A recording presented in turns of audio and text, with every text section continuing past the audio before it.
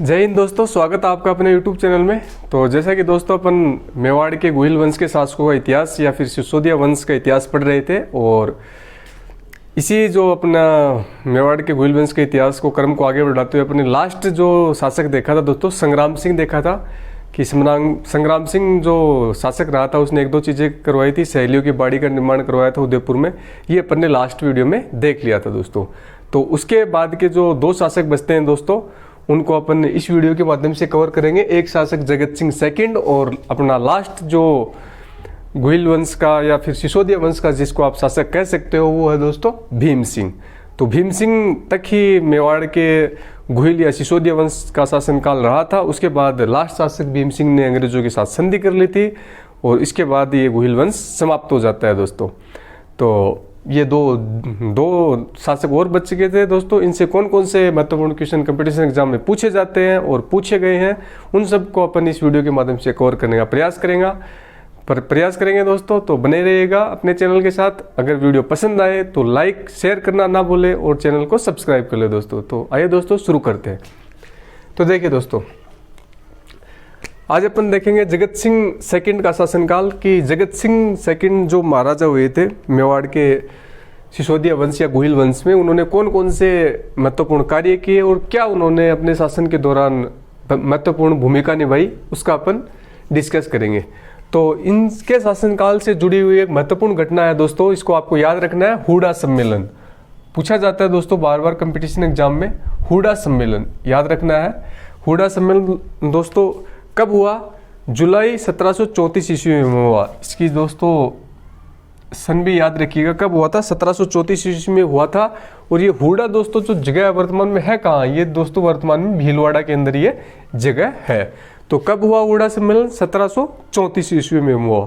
अब ये हुडा सम्मेलन था क्या, किस लिए हुआ था, तो वो अपन देखते हैं दोस्तों। मराठों के खिलाफ राजपूत राजाओं को एक करने के लिए बुलाया गया था। मतलब जो मराठी जो शक्ति थी दोस्तों, उनके खिलाफ राजपूत जो भी राजा थे उन सभी को एक करने के लिए बुलाया गया था। और ये किसने बुलाया था दोस्तों? ये सवाई जयसिंह थे दोस्तों, जो जयपुर के महाराजा थे, उन्होंने बुलाया था। तो इस बिंदु को आप याद रखिएगा दोस्तों। क्या था हुडा सम्मेलन? जो मराठा शक्ति थी उनके खिलाफ सभी राजपूत राजा एकजुट होकर लड़े, ये था दोस्तों हुडा सम्मेलन। और ये बुलाया किसने था? ये बुलाया था सवाई जयसिंह ने। तो बुलाने वाले का दोस्तों नाम याद रखिएगा, किसने बुलाया? सवाई जयसिंह ने। अध्यक्ष दोस्तों इसके कौन बने? हुडा सम्मेलन के अध्यक्ष कौन थे दोस्तों? अध्यक्ष बने दोस्तों जगत सिंह सेकंड। तो बुलाया तो सवाई जयसिंह ने था और अध्यक्ष बने दोस्तों जगत सिंह द्वितीय। अब दोस्तों यहां से अपन इन तीनों ही पॉइंट्स को एक साथ याद रखेंगे।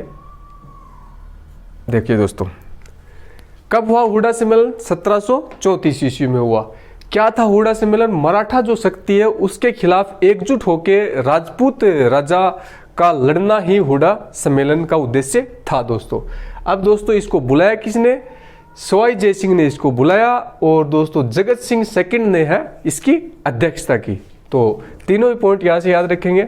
इसके बाद दोस्तों भाग लेने वाले अन्य राजा, तो दो राजा तो दोस्तों यही थे, एक तो सवाई जयसिंह और एक जगत सिंह सेकंड। और इनके अलावा कौन कौन से राजाओं ने इनके हुडा सम्मेलन में भाग लिया, वो अपन यहाँ से देखेंगे दोस्तों।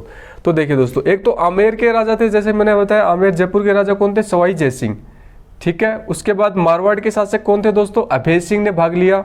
नागौर के शासक दोस्तों बख्त सिंह ने भाग लिया। बीकानेर के शासक दोस्तों जोरावर सिंह ने भाग लिया। बूंदी के शासक दोस्तों दलेल सिंह ने भाग लिया। और कोटा के शासक दोस्तों दुर्जन साल ने भाग लिया। और किशनगढ़ का शासक कौन थे दोस्तों? राज सिंह ने भाग लिया। और करौली के शासक उस समय कौन थे दोस्तों?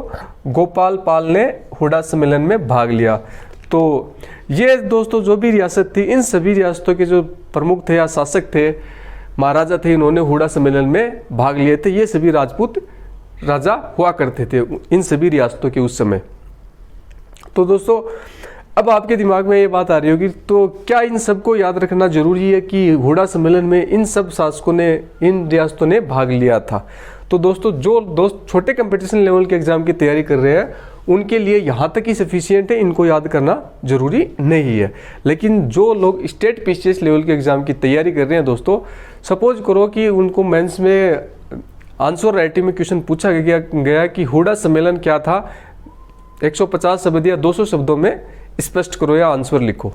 तो 200 शब्द दोस्तों अपने को लिखने के लिए अपने को ये 3 ही बातें पता होनी जरूरी नहीं, इनके साथ हुडा सम्मेलन से संबंधित कुछ और बिंदु भी पता होने जरूरी है, ताकि अपन एक अच्छा आंसर राइट कर सके, एक अच्छा आंसर अपन लिख सके और जो अपना एग्जामिनर उसको प्रभावित कर सके अपनी ओर। इसलिए जो स्टेट पीसीएस लेवल के एग्जाम की तैयारी कर रहे हैं उनके लिए थोड़े बहुत 2-4 शासकों के नाम और भी याद रखना जरूरी है, क्योंकि उनको आंसर राइटिंग करना होता है दोस्तों, और इसीलिए मैं थोड़ा डिटेल से पढ़ाने का प्रयास करता हूं दोस्तों। तो इन सब को आप याद रख सकते हो अगर याद रखना चाहो तो।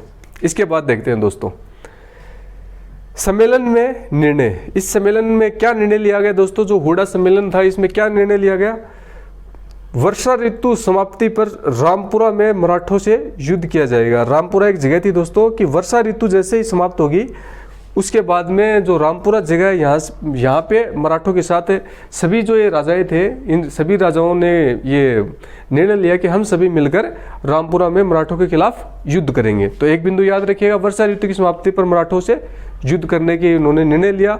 अगला बिंदु, अब क्या था इसका महत्व, जो हुडा सम्मेलन था दोस्तों इसका क्या महत्व निकला, तो एक दो अपन इसके इंपोर्टेंस भी देख लेते हैं। नंबर 1 दोस्तों, राजाओं के मतभेदों के कारण असफल रहा। एक चीज तो यहां से आप यह ध्यान रखिएगा कि जो भी दोस्तों ये हुडा सम्मेलन के अंदर ये जो राजा थे सॉरी दोस्तों,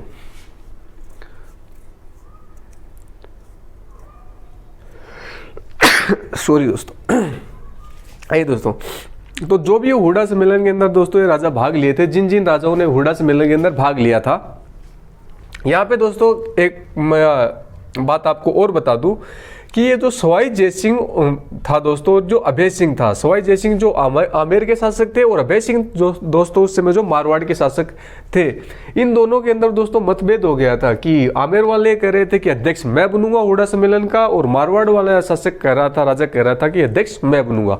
तो इन दोनों में आपसी मतभेद चल रहा था, और इसी मतभेद के कारण, दोनों में मतभेद होने के कारण ना अध्यक्ष आमेर को बनाया गया, ना अध्यक्ष मारवाड़ को बनाया गया, जबकि अध्यक्ष बनाया गया किसको दोस्तों, जगत सिंह सेकंड को, मेवाड़ के शासक को अध्यक्ष बना दिया गया था। तो यही बात दोस्तों यहाँ से एक देखने को मिलती है कि राजाओं में मतभेद के कारण ये जो हुडा सम्मेलन था ये लगभग असफल रहा, पूर्णतः ये सफल नहीं हो पाया, क्योंकि सभी में आपसी मतभेद चल रहा था। एक और पॉइंट यहाँ से क्या याद रख सकते हैं दोस्तों, खानवा युद्ध के बाद पहली बार राजपूत राजा किसी दूसरी शक्ति के खिलाफ एकजुट हुए थे। तो इस बिंदु को दोस्तों आप स्पेशली याद रखना है। कई बार अगर एग्जामिनर क्वेश्चन थोड़ा डीपली पूछेगा तो पूछ सकता है कि किस सम्मेलन में राजपूत राजा एक होके किसी अन्य शक्ति के खिलाफ लड़े थे, तो वो था हुडा सम्मेलन। हुडा सम्मेलन में सभी राजपूत राजा है वो मराठा शक्ति के खिलाफ एकजुट हुए थे और उन्होंने लड़ने का संकल्प लिया था। तो इस लाइन को आप स्पेशली ध्यान रखिएगा दोस्तों। तो यहाँ से आप इन दोनों ही इंपोर्टेंट मतों को याद रख सकते हो, ठीक है दोस्तों। तो ये होता है दोस्तों जगत सिंह सेकंड का शासनकाल, और इनसे जुड़ी जो भी महत्वपूर्ण घटनाएं जहां से ऑब्जेक्टिव टाइप के क्वेश्चन बनते हैं, पूछे जाते हैं, उन सबको अपन ने याद किया। अब दोस्तों अपना लास्ट शासक आता है भीम सिंह। भीम सिंह और इससे जुड़ी हुई कुछ महत्वपूर्ण घटनाएं जिनको अपन यहाँ से याद करने का प्रयास करेंगे। तो देखिए दोस्तों, ये छोटा सा दोस्तों मैंने एक डायग्राम के माध्यम से थोड़ा समझाने का प्रयास किया है, इसको आप समझिएगा, क्योंकि दोस्तों अपना जो माइंड है दोस्तों वो चित्र को ज़्यादा इजी वे में ग्रहण करता है। कोई भी चलचित्र या चित्र के फॉर्मेट के रूप में अगर अपन किसी चीज़ को याद रखेंगे तो वो ज़्यादा समय के लिए अपने याद होएगा और अपने को थोड़ा सा उसमें पढ़ने में अपना इंटरेस्ट बनता है। तो इसीलिए मैंने थोड़ा इनको इस प्रकार से सजा के लिखा है। तो आइए अपन सीखते हैं। भीम सिंह, भीम सिंह दोस्तों कौन था? मेवाड़ का राजा था, मेवाड़ का राजा था भीम सिंह। और उसी समय दोस्तों मारवाड़ के राजा थे, मारवाड़ के राजा, उनका नाम भी दोस्तों क्या था? भीम सिंह। भीम सिंह ही मेवाड़ के राजा थे और उस समय मारवाड़ के राजा भी थे, उनका नाम भी भीम सिंह था। अब हुआ क्या दोस्तों, भीम सिंह की एक पुत्री थी और पुत्री का नाम क्या था? कृष्णा कुमारी। नाम याद रखिएगा, भीम सिंह, मेवाड़ वाले भीम सिंह की पुत्री का नाम क्या था? कृष्णा कुमारी। इन्होंने अपनी पुत्री की सगाई की, किसके साथ की? भीम सिंह, मारवाड़ के जो शासक थे उसके साथ में अपनी पुत्री की सगाई की। अब दोस्तों हुआ ये कि जब मारवाड़ के जो भीम सिंह है, जो भीम सिंह जो शासक थे मारवाड़ के, इनकी जब मृत्यु हो जाती है तो मृत्यु होने के बाद है दोस्तों ये जो कृष्णा कुमारी थी, कृष्णा कुमारी, इसकी सगाई दोस्तों की जाती है जगत सिंह सेकंड के साथ। कि मतलब इसके मरने के बाद कौन, इसके मरने के बाद कृष्णा कुमारी की सगाई दोबारा की जाती है जगत सिंह सेकंड के साथ। मतलब जो मारवाड़ का राजा भीम सिंह है, इसकी मृत्यु हो जाती है तो उसके बाद वो कृष्णा कुमारी की सगाई की जाती है जगत सिंह सेकंड जो जयपुर का सम्राट था, तो जगत सिंह सेकंड के साथ की जाती है। और दोस्तों इसके जो मारवाड़ के जो भीम सिंह जो राजा था, इसका एक भाई था दोस्तों, भाई का नाम क्या था, इसका एक भाई था दोस्तों, और इस भाई का नाम क्या था दोस्तों, मान सिंह। मान सिंह दोस्तों कहाँ का राजा था ये दोस्तों, मारवाड़ का था, क्योंकि मारवाड़ के भीम सिंह का ये भाई था। तो ये जो मान सिंह था मारवाड़ का शासक, इसने क्या कहा, इसने कहा कृष्णा कुमारी से सगाई मैं करूंगा, इसलिए जगत सिंह सेकंड और मान सिंह के मध्य युद्ध हुआ। अब बात आप एक सरल शब्दों में समझिएगा दोस्तों। मेवाड़ के भीम सिंह की थी पुत्री कृष्णा कुमारी। कृष्णा कुमारी का जो इसने सगाई की वो मारवाड़ के भीम सिंह के साथ की, तो मारवाड़ के भीम सिंह की हो जाती है मृत्यु। मृत्यु होने के बाद कृष्णा कुमारी की सगाई की जाती है जगत सिंह सेकंड के साथ, जो जयपुर के शासक थे। लेकिन ये जो मारवाड़ का भीम सिंह था, इसका भाई था एक मान सिंह। मान सिंह चाहता है कि कृष्णा कुमारी के साथ सगाई मैं करूं, जबकि कृष्णा कुमारी की सगाई कर दी गई थी जगत सिंह सेकंड के साथ। तो इसी कारण ये मान सिंह है, ये जगत सिंह सेकंड के साथ युद्ध करता है। और वो युद्ध दोस्तों जाना जाता है गिंगोली का युद्ध, गिंगोली का युद्ध या फिर पर्वतसर का युद्ध। मान सिंह और जगत सिंह सेकंड, इन दोनों के मध्य है दोस्तों वो युद्ध होता है, और युद्ध होता है, इन दोनों राजाओं के मध्य युद्ध होता है, और वो जाना जाता है गिंगोली का युद्ध या पर्वतसर का युद्ध। तो यहाँ से अपन इस फैक्ट को याद रख सकते हैं दोस्तों। तो इसके आगे देखते हैं दोस्तों गिंगोली का युद्ध। तो यहाँ पे दोस्तों याद रखने वाली चीज क्या है, एक तो है गिंगोली का युद्ध या पर्वतसर का युद्ध किनके मध्य हुआ, जगत सिंह सेकंड और मान सिंह के मध्य। जगत सिंह सेकंड जयपुर के राजा थे और मान सिंह ये मारवाड़ के राजा थे। क्यों हुआ दोस्तों, कृष्णा कुमारी जो राजकुमारी थी इसको लेकर हुआ। जगत सिंह सेकंड के साथ इसकी सगाई हुई थी, और ये मान सिंह ये चाहते थे कि कृष्णा कुमारी की सगाई मेरे साथ हो। इसके बाद दोस्तों नेक्स्ट देखते हैं, अजीत सिंह चुंडावत व टोंक के अमीर खां पिंडारी के कहने पर कृष्णा कुमारी को जहर देकर मार दिया गया। तो ये दो नाम दोस्तों स्पेशली याद रखिएगा, जो दोस्त अच्छे कंपटीशन लेवल के एग्जाम की तैयारी कर रहे हैं या फिर कहीं अपन बड़े कंपटीशन लेवल के एग्जाम की तैयारी कर रहे हैं। अजीत सिंह चुंडावत और टोंक के क्या नाम है दोस्तों, अमीर खां पिंडारी। अमीर खां पिंडारी, अजीत सिंह चुंडावत और अमीर खां पिंडारी के कहने पर कृष्णा कुमारी को जहर देकर मार दिया गया था। तो पूछा जाता है कि किन के कहने पर कृष्णा कुमारी को जहर देकर मार दिया गया था, तो ऑप्शन मिलेगा अजीत सिंह चुंडावत और अमीर खां पिंडारी के कहने पर।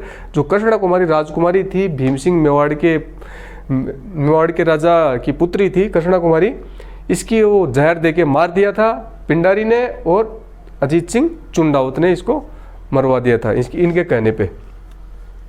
अब लास्ट पॉइंट अपन देखेंगे दोस्तों 1818 ईस्वी में, सन याद रखिएगा 1818 ईस्वी में भीम सिंह ने, यही जो भीम सिंह मेवाड़ वाले भीम सिंह ने अंग्रेजों से संधि कर ली थी।